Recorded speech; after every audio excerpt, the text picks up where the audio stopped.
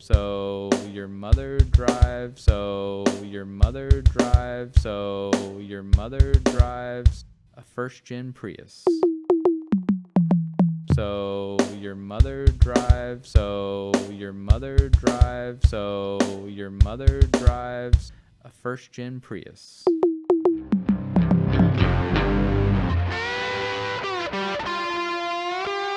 And welcome to Delusions of Automotive Grandeur, where the grandeur of our automobiles is delusional.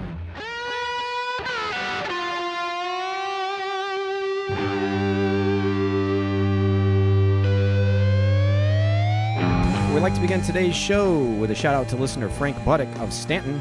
On behalf of all of the staff and employees of DAG Show, we'd like to sincerely apologize for the incident involving Charlie and your mother's uncle's pearlescent 2JZ Geo Metro two-door that was unprofessional and unbefitting of the dignity and seriousness with which we approach each show. We extend an apology to your mother's uncle, whose Lambo doors... Wait, your last name is Buddick? So your mother drives a first-gen Prius. What do you think would make a good thing to talk about? So I'll look on Jalop and see if anything's happened in the world. I don't know if anything has. Let's see. I was thinking earlier, Festival of Speed is starting as of today. Obviously, we've been talking about in our the autonomous Mustang crashing. Oh my God, it's so good. It's not good. That poor car. And by the way, it wasn't crashing into a wall. It grazed some hay. I mean, that's the. But the thing is, at Goodwood, that is the wall. Like yeah. Like I've watched cars go through that hay bale, and it's. So did you say you've been? Yeah.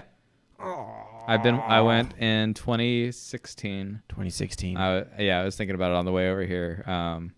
It was, I think that year it was a week after Le Mans, and Porsche had just won again. Yeah. For whatever umpteenth time. Yeah. So what was it like? I mean, what's the environment like? What does it feel like?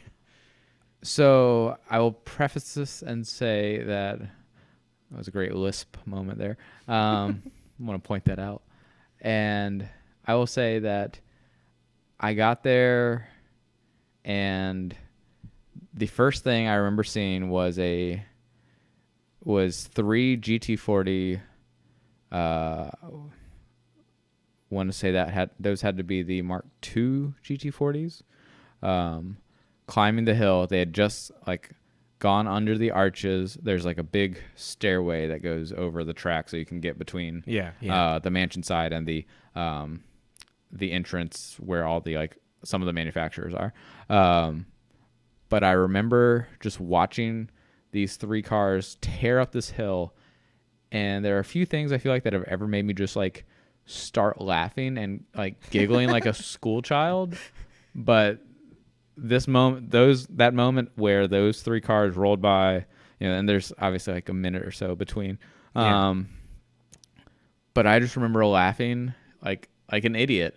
And of course, this is England, south of England, and that's not how people react there. There's were you bordering on hysterical in a way? Was it sort of like a I was just this endorphins? It was purely endorphin rush of it was so nonsensical, having that realization of I was there by myself that day. Yeah. I had basically gone off and done my own thing for the afternoon, or for the full day rather. And basically just got there, had no one to talk to. Just only thing I could do was watch the cars go by. And, first thing I see is these, again, GT40s and, pretty standard racing livery. And just the sound of them on full throttle, buzzing by was just truly, obviously you go to Cars and Coffee and you see all these cool cars. You're like, that's neat. But to see them rip by at full tilt, not even 20 feet away, seemingly.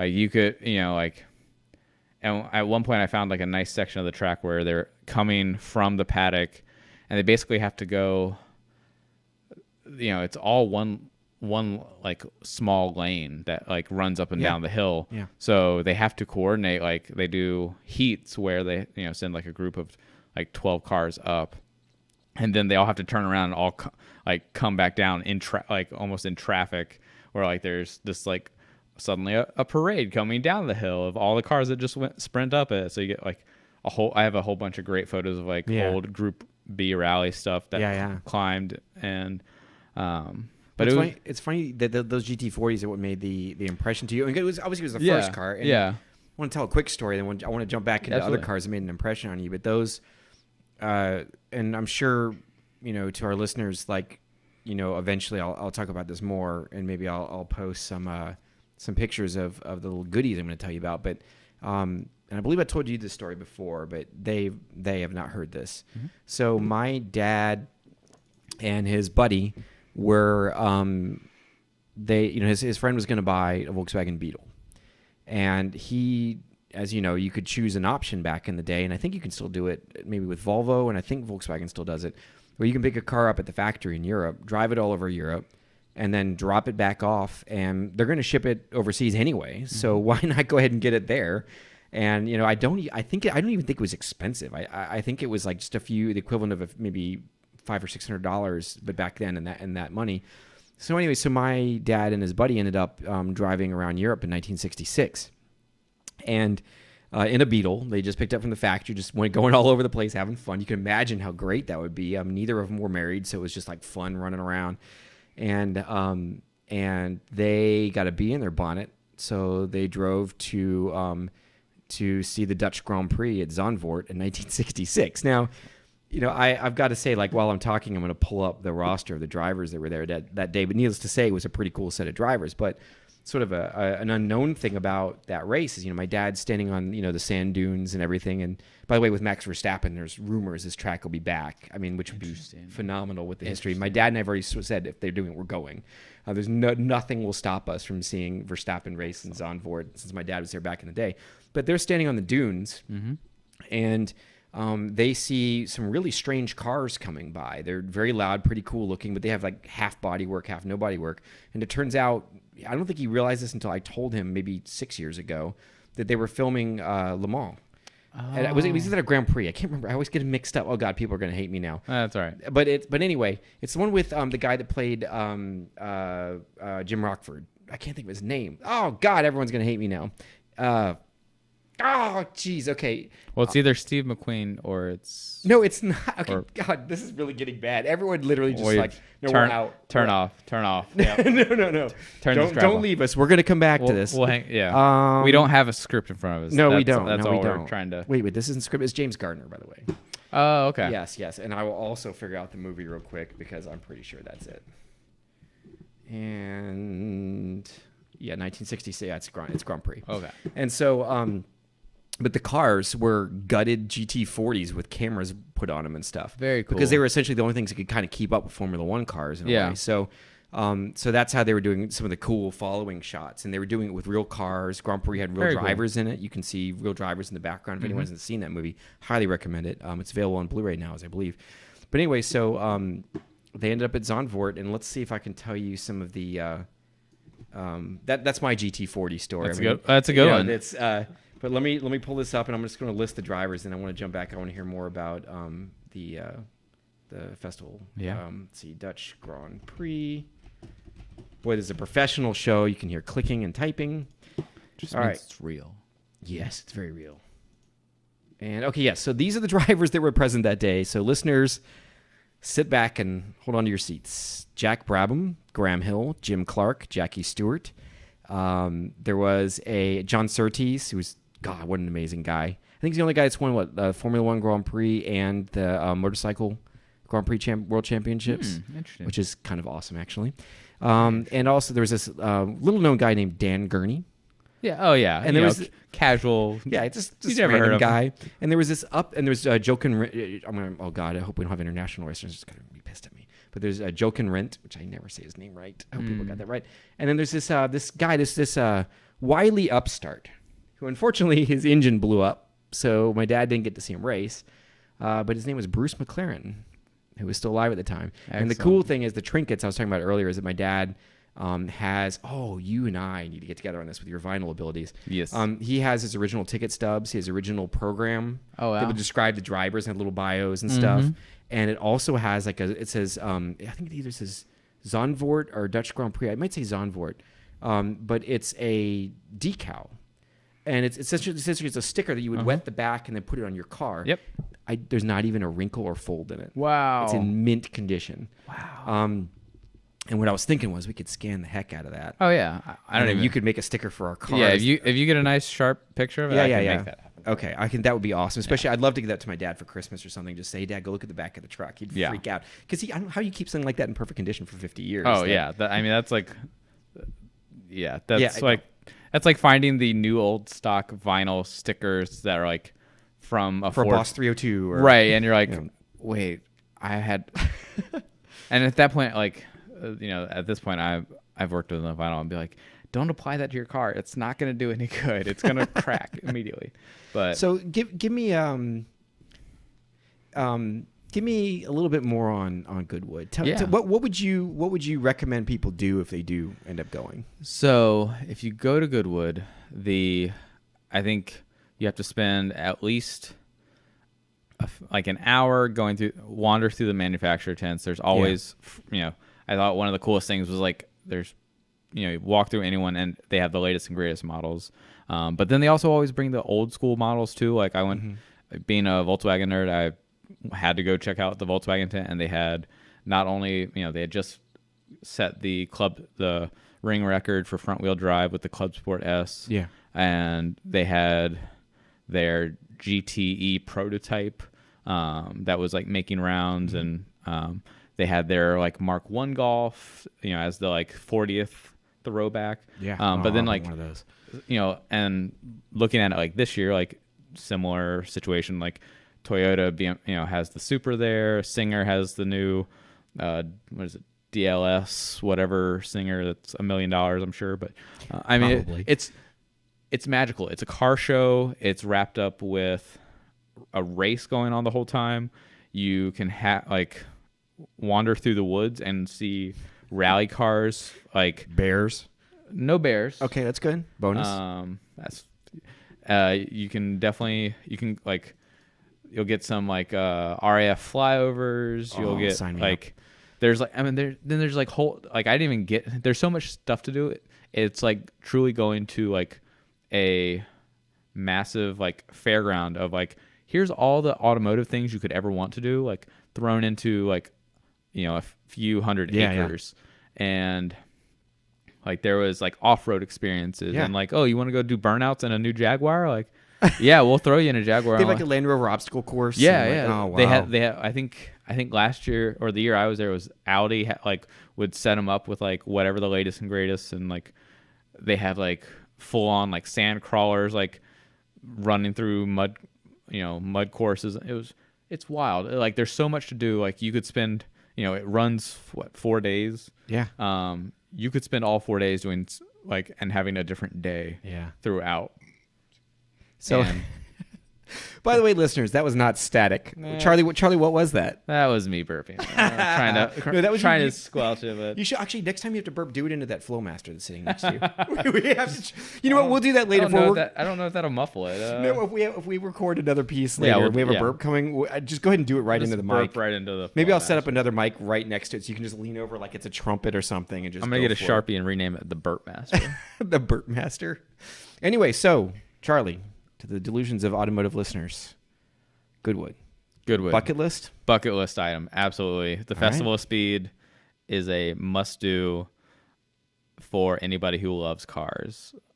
Like whatever your fancy, you will find something there that will fit it, and probably, if anything, you will walk away with an expanded list of things that you are now into, and it'll change it all.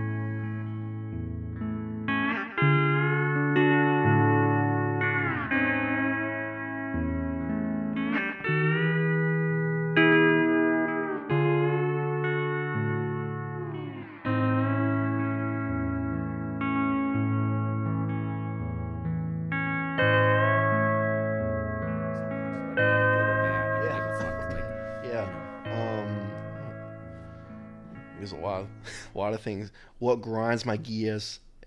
What grinds your gears? As Peter Griffin would say. Peter Griffin. Sorry, I can't do the Boston accent. I'm from the South. Are you from here? well, Oh, we can't say because it's top secret. yeah. By the way, ladies and gentlemen, GTI Ben Kenobi is back. We allowed him back. Are you from a state that starts with the letter V? Possibly. Wait, you can nod or shake your head. Okay. Yeah, see, that's funny because, people might be able to figure this out by the end of this, but I always joke with my coworker that, he always refers to Virginia as the South. And, I know history. I know it was the capital of the Confederacy, but, like, for me, I'm from, like, southern Texas and southern Louisiana. So, like, that's the South. Like, if you can have frozen water in, like, physics, like water in its frozen physical form outside of a beer cooler, to me, that's not really the South. Like, if it snows every year, it's kind of debatable for me. Well, my rule is if I know a significant amount of people in the state that consider mac and cheese a vegetable, myself included, you're in the South. You're in the South, ladies and gentlemen. Yeah. Well, again, this is the second time GTI Ben Kenobi's been on the show, and just like the first time, we were supposed to talk about what we were going to talk about before we hit record, but we didn't again. So I have no idea what to talk about. Okay, this is a good idea. It's always a good idea.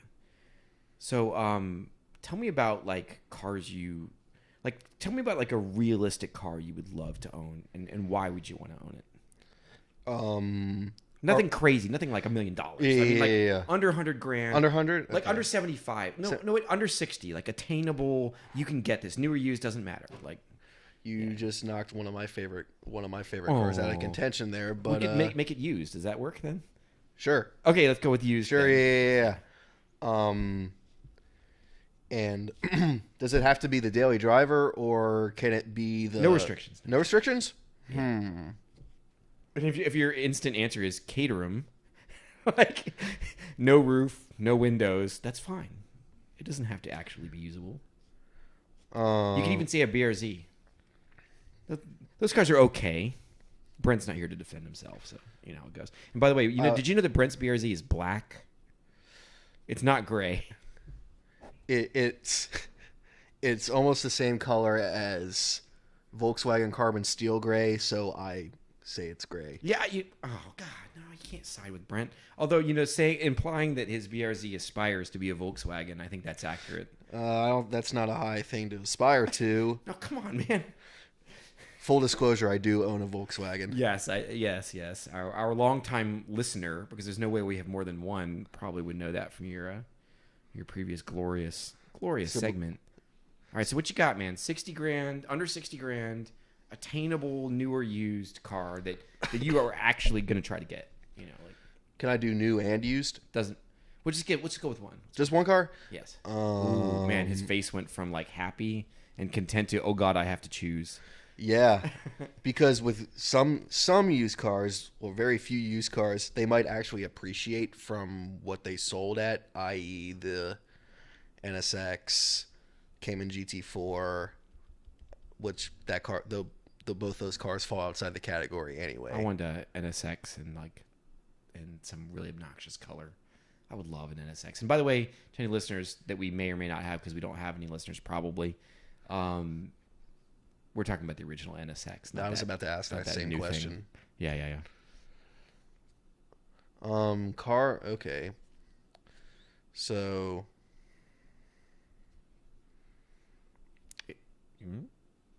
It's okay. By the way, it's okay to say primer brown 1965 Mustang with Rust-Oleum Shelby stripes. I mean, that was a serious contender there. And by the way, what makes those better, because classic Mustangs have that weight imbalance thing. I honestly think they're like 60-40 front to back. Like, it's horrible. But what you really want to aspire to in a 40-year-old brown primer, like fading, like racing striped car, is a mummified rat in the back seat, because mine had a mummified rat. And we're talking like crunchy, like potato chips. It's actually kind of horrifying, but it helped with the weight balance. That's not as bad as this thing I found in the back of my Mustang when I bought it, but I'm not allowed to talk about that on air. Oh yeah, this is a kid show. Anyway, No, it's funny that while you're thinking, because I kind of put you on the spot there, because again, we didn't prepare at all. We did another segment, which again, I have no idea how all this crap's going to air, but where we did that, we basically were choosing between like attainable cars and everything, and and for we had 3 categories of dream cars. It was like like a newer used car that's like actually attainable, like this category, and we had a few other categories too, but I can tell you mine, and maybe that'll jog something for you. But I went fairly predictably, and I went with an S code 1967 Highland Green Mustang Fastback GT package. It's basically the Bullet Mustang. Although I don't think the Bullet Mustang was a GT package. I can't remember or not. But I mean, that's like the 7-liter. Okay, I'm not going to do my conversion because someone will yell at me if we do have someone who actually listens to this. But that's just, I mean, I know it's so predictable to want a big block fastback 60s Mustang, but that's me.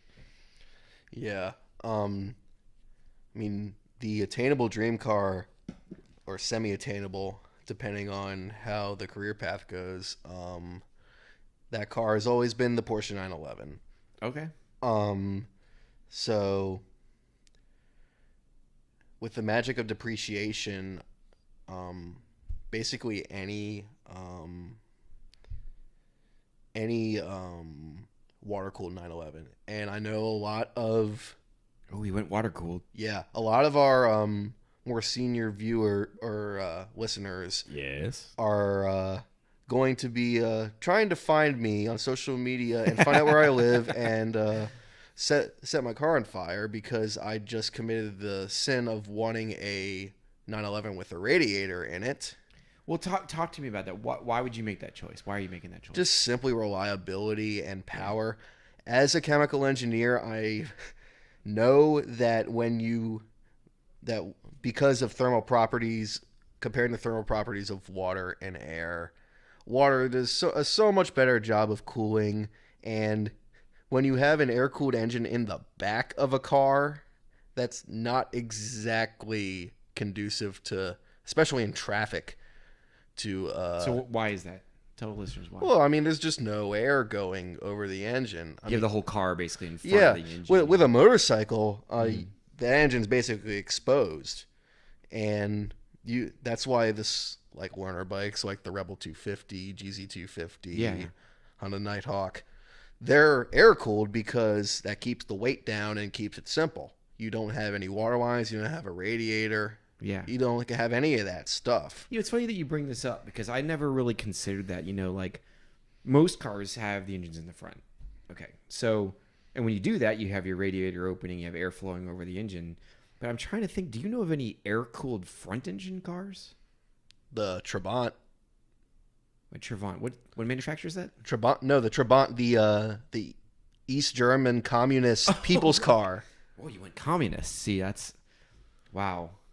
Well, okay, well, see, but that's interesting. Was it rear-wheel drive? Probably. I mean, probably if it's old school. It's front-wheel drive. No, it was I'm pretty sure it was front-wheel drive. It had a 4-speed manual. Yeah. It was 2-stroke, 2-cylinder, air-cooled. Yeah. Why didn't you go with this over the liquid-cooled 911?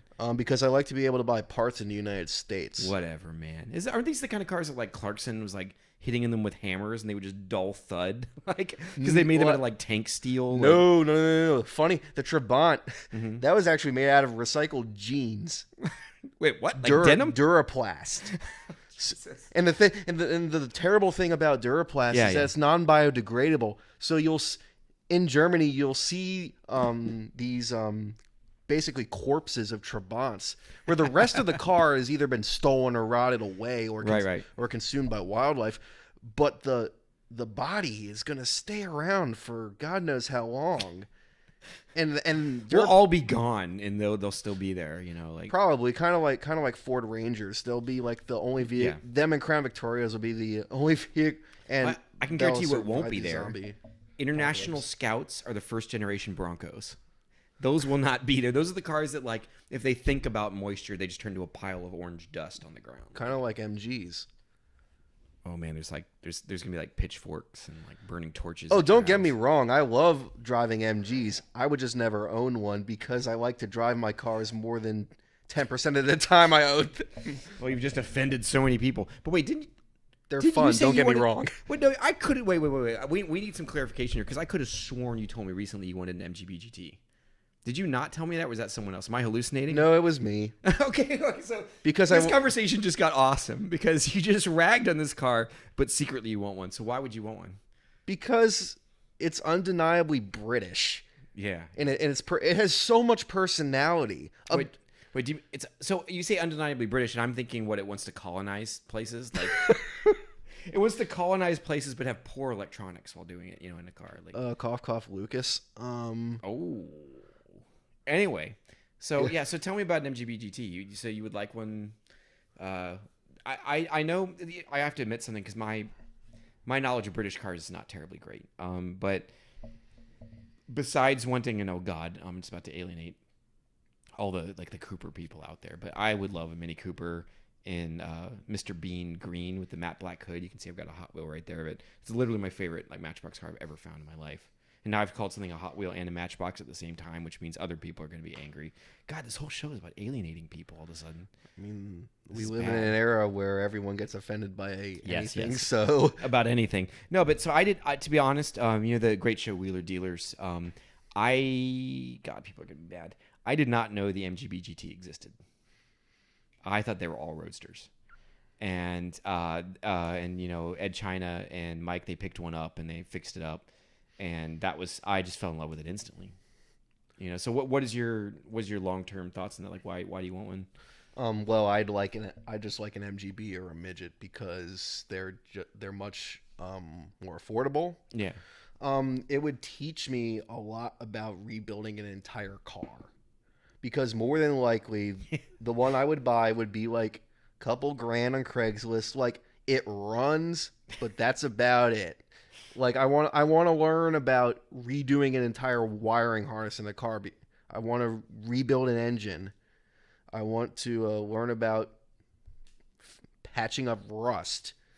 And God, no one wants to learn that, man. That's the worst thing. See, I haven't owned a classic car yet, so I'll no. probably change my mind on that topic. Yes. Whenever I get one. Yes. If anyone's listening and you're thinking about getting a classic car, I don't care if it has no wheels, no suspension, no engine, no transmission, and no interior. Just buy one that's not rusty. Just start there. So, all right. So, circling back to our original topic, we're talking about reasonable dream cars. We've got. Let us know again. Any water-cooled Porsche 911. Okay. Okay. So, ladies and gentlemen, you heard it here first. GTI Ben Kenobi is in love with water-cooled 911s. May God have mercy upon his soul.